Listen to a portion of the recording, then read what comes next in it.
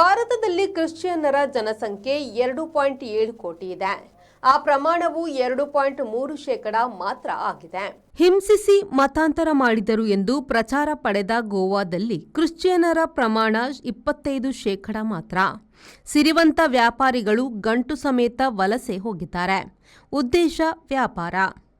ಕ್ರಿಸ್ತಶಕ 52ರಲ್ಲಿ ಸಂತ ಥಾಮಸರು ಮಲಬಾರ್ ಕರಾವಳಿಗೆ ಬಂದಿದ್ದರಿಂದ ಭಾರತದಲ್ಲಿ ಕ್ರಿಸ್ತಾರಂಭವಾಯಿತು.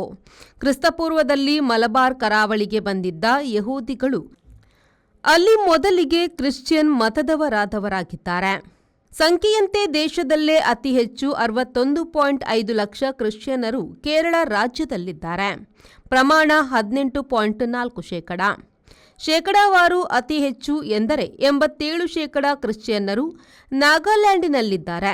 ಈಶಾನ್ಯ ಭಾರತದ ಕೆಲವೆಡೆ ಕ್ರಿಶ್ಚಿಯನ್ನರ ಪ್ರಮಾಣ ಹೆಚ್ಚು, ಆದರೆ ಜನಸಂಖ್ಯೆ ಕಡಿಮೆ. ಆರ್ಥೋಡಾಕ್ಸ್ ಸಿರಿಯನ್ ಕ್ಯಾಥೋಲಿಕ್ಕರಲ್ಲಿ ಮೇಲು ಸ್ತರದ ಕೆಲವರ ಹೊರತಾಗಿ ಕ್ರಿಶ್ಚಿಯನ್ನರಾದವರೆಲ್ಲ ಶೋಷಿತ ದೇಶೀಯರು.